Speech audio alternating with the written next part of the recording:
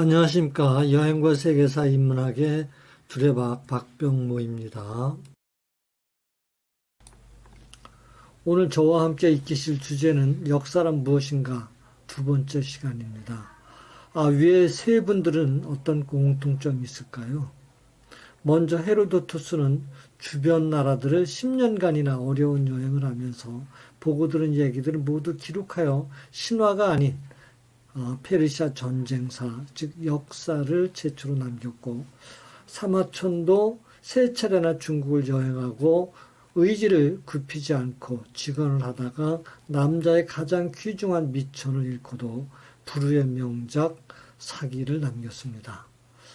마지막 그림은 사극의 연산궁 주인공들이죠.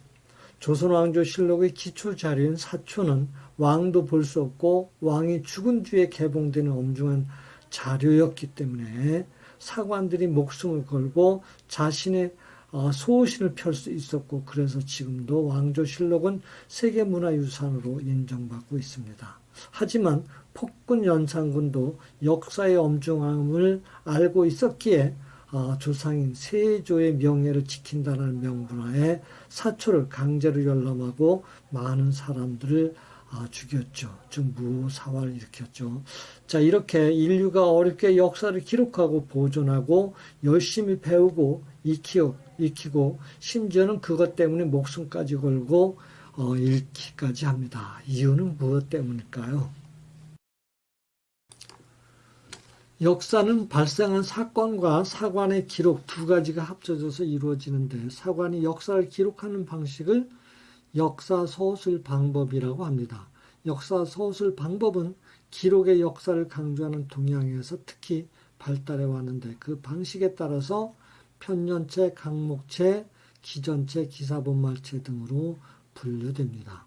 동양 최초의 역사서는 공자가 편찬한 춘추라는 연대기가 있습니다. 일어난 사건들을 시간적 순서에 따라서 편찬하는 방법을 편년체라고 하고 흔히 통설하고도 합니다. 우리나라에서는 고려 왕조에서부터 사관이 설치되어서 왕이 죽은 뒤 실록청을 설치하여 실록을 편찬하였는데, 임진왜란 때 고려 왕조 실록은 불에 타 전하지 않고 현재는 조선 왕조 실록만이 전하고 있죠. 서거정의 동국통감과 김종서의 고려사전료, 그리고 삼국사전료 등도 편년체로 분류됩니다. 한나라의 사마천의 사기에서 기전체라고 하는 인물 중심이 서술체제가 마련이 됩니다. 기전체는 본기, 열전, 지등으로 나눠서 서술하되 본기와 열전의 이름에서 따온 말입니다. 사마천은 인물 중심의 역사 서술 방식으로 고대 황제로부터 한나라 무제까지 군주의 기록은 본기 12편에, 정치를 도운 제후의 기록은 세가 30편에, 뛰어난 개인의 활동은 열전 70편, 연표 10편, 제도문물의 지 8편, 총 130권에 달하는 방대한 사기를 편찬합니다. 하지만 이런 사마천의 사기에는 사마천의 슬픔 또한 같이 합니다. 사마천은 황제의 시중이었다가 그의 아버지가 죽으면서 자연스럽게 태사령이 되었고, 사마천은 아버지의 유언대로 아버지가 집필하다 중단한 역사서를 계속 집필을 시작합니다. 그런 와중 흉노적 토벌에 실패한 명장 이릉을 단죄하는 한무제 앞에서 사마천 홀로 이릉을 변호하다가 한무제를 노하게 만들고 중형에 처하게 됩니다. 벌금을 낼 돈이 없던 사마천은 궁형을 택하고도 아버지의 유업을 이어받아 태사령으로서 인간 운명에 대해서 깊은 성찰과 의문을 품으면서 16년간의 저수를 거쳐서 사기를 완성합니다. 군주 중심이기에 정사의 경우 반드시 인물 중심의 기존체로 편찬해야 했습니다. 당나라 이후 사관들이 그때그때 기록을 남겨두었다가 왕이 죽으면 그 기록을 중심으로 실록을 편찬하여 한 왕조가 멸망하면 다음 왕조에서 기전체에 의한 역사가 편찬되었는데, 이를 정사라고 하고 중국에는 25사가 남아 있습니다. 우리나라에서는 삼국시대부터 역사 편찬이 이루어졌으나 현 전화는 김부식의 삼국사기와 고려사가 기전체로 국가에서 편찬된 역사서이죠. 조선 후기 한치훈의 해동역사도 기전체이긴 하나 개인이 기록하여 야사라고 볼 수 있지만 야사도 오늘날 소설류와는 다른 충실한 역사 자료가 됩니다. 이에 사건별로 제목을 앞세우고 관계된 기사를 모아서 서술하는 동양의 전통적 역사 서술 방식의 하나인 기사 본말체가 있습니다. 이런 서술 방식의 장점은 사건의 원인과 발단, 전개 과정과 이후의 영향까지 일관되고 일목요연하게 조명할 수 있다는 점이죠. 대표적인 역사서가 송나라 때의 학자 삼화광 등이 편찬한 자치통감이 있습니다. 자치통감은 편년체의 연어를 따르면서도 생기는 기사의 분단을 보충하기 위해서 기사 본말체를 함께 적용합니다. 완전한 기사 본말체라고도 할 수는 없지만 18세기 말 이긍익의 연려실기술도 기사 본말체에 입각한 서술을 따랐다고 평가받고 있습니다. 이 서술 방식의 매력은 어떤 시대를 전체적으로 객관하기보다는 특정한 문제를 연구하고 서술한다는 점입니다. 사건 중심적인 면은 강목체와 유사하다고 볼 수 있지만 사실을 객관적으로 묘사했다는 점에서 가장 근대적인 역사 서술 방법으로 평가되기도 합니다. 마지막으로 강목체는 강과 목, 큰 주제인 줄거리 기사인 강과 구체적 서술인 목으로 구성된 일종의 편년체에 대한 보조적인 역사 서술의 형식입니다. 강은 연대를 따른다는 점에서 편년체를 따르지만 주요 사건을 큰 제목으로 씀으로써 시간의 흐름을 따르는 편년체를 보완합니다. 목은 그 구체적인 사례를 꼼꼼하게 다루면서 의미를 해석하고 판단하는 방식입니다. 주의가 자치통감을 자료로 활용해 쓴 자치통감 강목이 그 원전이라고 한다면 우리나라에는 안정복의 동사 강목이 대표적이죠. 이렇게 크게 네 가지 역사 서술 방식도 결국은 기사 본말체와 강목체가 편년체의 보조 또는 변형이라고 한다면 기전체와 편년체 크게 두 가지로 압축된다고 보여집니다. 원래 동양의 역사가 기록 중심이어서 사라고 불렀는데 반해 서양에서는 역사가가 자기의 생각으로 해석, 서술하여 역사라고 불렀습니다. 또한 동양에서는 후대의 귀감으로 삼거나 지배층의 지배 수단을 목적으로 편찬하여 주로 정치 부문에 집중되고 통치자인 왕은 물론 지식인의 교양의 한 부분으로 매우 중시하였습니다. 반면 초기 서양의 역사는 신화나 설화에서 발전하여 잡다한 사건이나 에피소드 등 흥미 위주의 이야기를 나열하거나 후세 사람들에게 교훈을 주기 위해서 서술하려다 보니 목적에 맞게 선택, 해석, 과장, 윤색하여 문학에 가까운 역사 서술이 이루어졌다고 합니다. 서양 최초의 역사가였던 헤로도토스는 페르시아 전쟁의 전적지를 직접 답사하고 관련 구전들을 모아서 기술하게 됩니다. 이때 헤로도토스는 단지 페르시아 전쟁에 관한 기록뿐만 아니라 이 지역의 자연환경, 풍습, 생활환경까지도 구체적으로 기술합니다. 그러나 구전 등의 비문헌적인 자료를 무비판적으로 나열만 하였다라고 비판을 받았습니다. 한 세대 뒤에 투키디데스는 정치적인 사건과 인간의 정신적 측면에 국한시키고 역사 연구에 근거를 문헌 자료에 두었을 뿐만 아니라 그 진위를 엄밀하게 판정하려는 비판적인 태도를 견지합니다. 이후 고대의 서양의 역사 서술은 두 개의 부분을 크게 나눠집니다. 헤로도토스에서 시작해서 볼테르에 의해서 계승된 제도, 관습, 기후 등 인간 삶의 모든 국면을 취급하는 보편사와 투키디데스에서부터 시작하여 랑케로 이어진 정치적 사건이 엄격한 사료 비판과 원인의 탐구를 추구하는 전통사 부분입니다. 전자가 사회 구조의 분석 및 변화 등 문화사에 관심을 두는 데 반해서 후자는 직업적 역사가의 주된 연구 방식으로 정치사 연구에 집중하는 특징을 가지고 있습니다.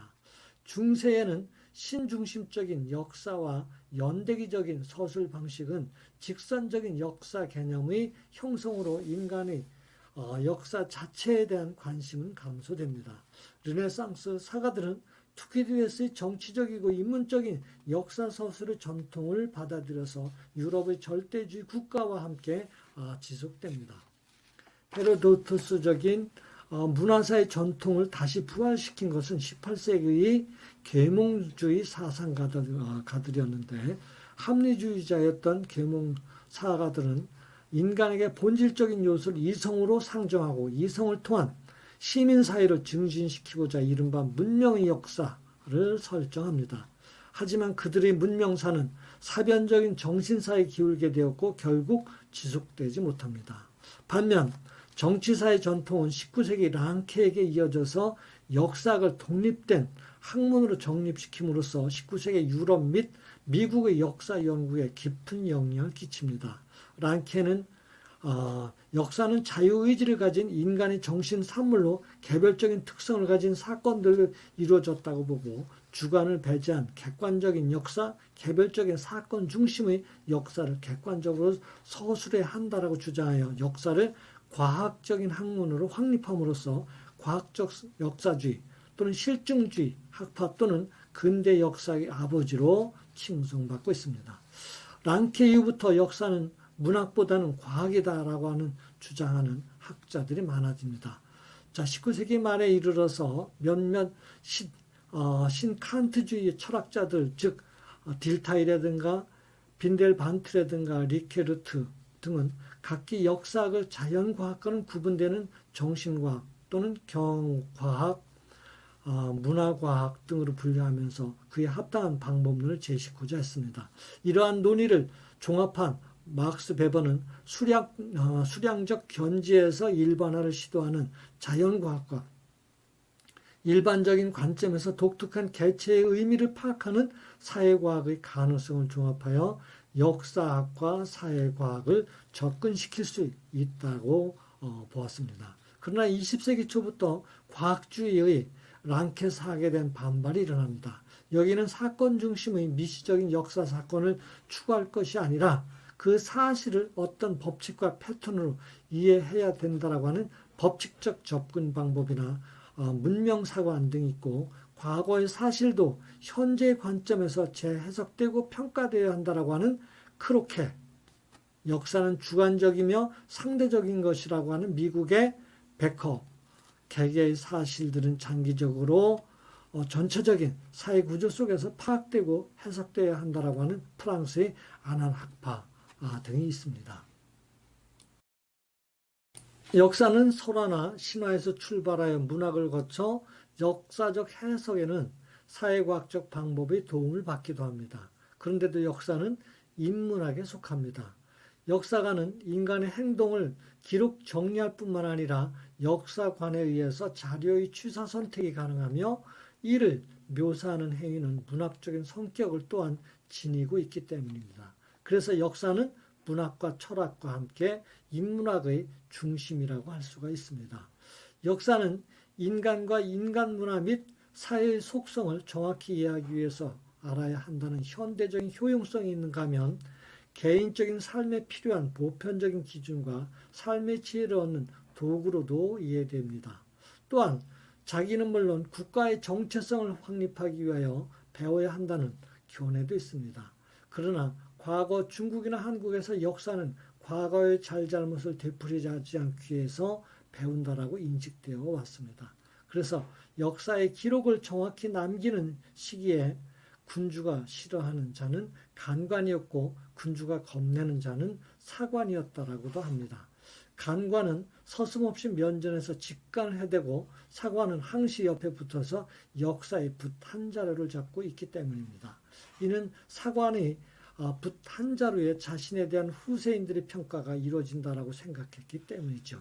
교훈을 주기 위한 역사서는 주로 왕조실록처럼 편년체로 서술되었고, 기록을 남기는 역사는 인물 중심의 기전체로 서술되었음을 알 수가 있습니다. 결론적으로 결국 역사란 넓은 의미로는 과거에 발생한 모든 사건을 말하며 협의로는 과거 사건 가운데 역사가가 선별한 사건만을 의미합니다. 그래서 역사의 서술은 과거 사건 가운데 현재 역사가 의미가 있다라고 평가되는 사건이 사료를 모아서 비판하고 바른 것만을 바탕으로 자신이 사관에 의거해서 재구성하여 이루어집니다. 역사 서술 과정에서 과거의 사실은 하나이나 사료나 흔적은 다양할 수 있어서 역사적 자료나 사료에 대한 진위 및 경중의 비판이 확실하게 이루어져야 합니다. 소위 철저한 사료 비판으로 얻어진 바른 사료만으로 역사가는 현재 자신의 사관으로 사건을 재구성해야 현재의 역사가 됩니다. 즉 사실로서의 역사가 기록으로서의 역사로 살아있는 역사로 탈바꿈됩니다. 그러니까 현재 또는 역사가가 달라지면 역사는 새롭게 쓰여진다는 것은 당연합니다. 예로 동학운동은 하나의 사건이나 과거에는 동학난이 동학전쟁으로 또는 동학운동으로 그리고 현재는 동학농민운동으로 평가되고 다음 미래의 현재에는 또 다르게 평가되겠죠.